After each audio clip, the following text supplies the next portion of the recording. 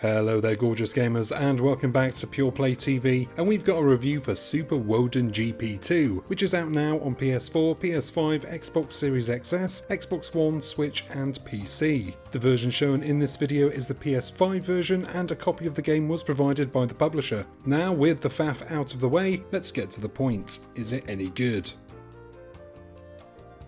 Super Woden GP2 is a rare breed of racer in that it's a top-down isometric one and not a microtransaction-filled open world with season passes and other money-grubbing nonsense. Instead, it's a pure racer that throws back to the days of the PS1 and the likes of Micro Machines. It's been a long time since a decent racer in this genre within a genre has come out. I think the last I can remember is Art of Rally, and before that, well, MotorStorm RC, which I played to death on the Vita and is probably a fair comparison with Super Woden GP2 in that they play out in a very similar fashion. So much so that if you've played MotorStorm RC before, you'll feel right at home with Super Woden GP2, from its controls, camera perspective and even its star-based progression system.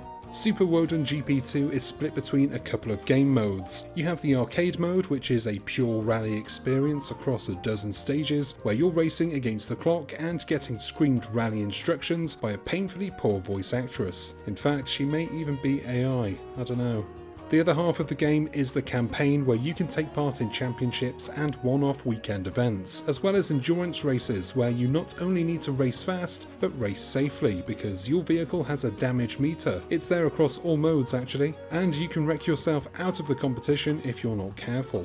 The progression is done by locking different championships and events behind a number of stars. Earn that amount of stars, unlock that content, rinse and repeat. It encourages you to replay earlier races to get all available stars, as well as earn money to buy new cars and upgrade them. It's a progression system that you'll be familiar with if you spent any time grinding for vehicles in Gran Turismo.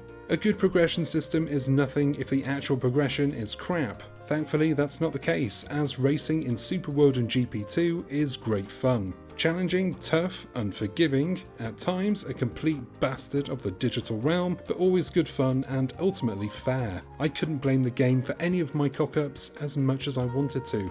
The handling is meaty, with cars throwing their weight around corners and reacting as you would imagine, by smashing into everything. There is a learning curve here and you'll need to spend a bit of time getting the feel for the cars, but once that clicks and you know that you can hit that corner at full speed, throw a big sexy drift in on the bend and glide out of it without losing momentum, mwah, chef's kiss. It's a great feeling, and experimenting with different cars and setups keeps things rewarding. One aspect of the game I really did not like was the music. I get that the game is a homage to the past, the glory days of gaming, but it's also quite modern and doesn't feel like a retro game. It just reminds me of those games. Yet the soundtrack is a very annoyingly chipper 80s arcade bit, and I honestly couldn't stand it for more than 10 minutes, at which point I got my Spotify on and remedied the situation with the wonderful music of The Killers, because who else? It's a small complaint when you can fix it yourself, but on a deeper level, it kind of feels like it cheapens the experience somewhat. I know it's not a super serious racing sim, but it's got enough going for it that it's not just a good game for an indie, it's a damn good game full stop. And I don't know, I just feel like in this case the music and the game should sit at different tables.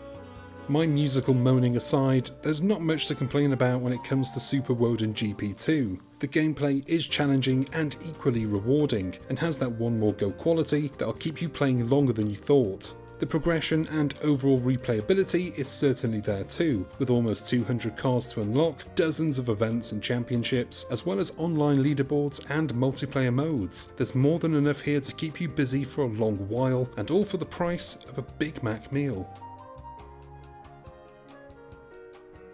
And that is the end of this review. Thank you very much for watching. As always, it is appreciated. I hope you enjoyed this video and found it useful. If you did, do us a solid, go on down below, hit the like and subscribe buttons, and give the bell icon a ding so you're notified whenever we've got new stuff for you to watch. I've been Chris, you've been gorgeous, and I'll see you on the next one. Until then, cheers my dears.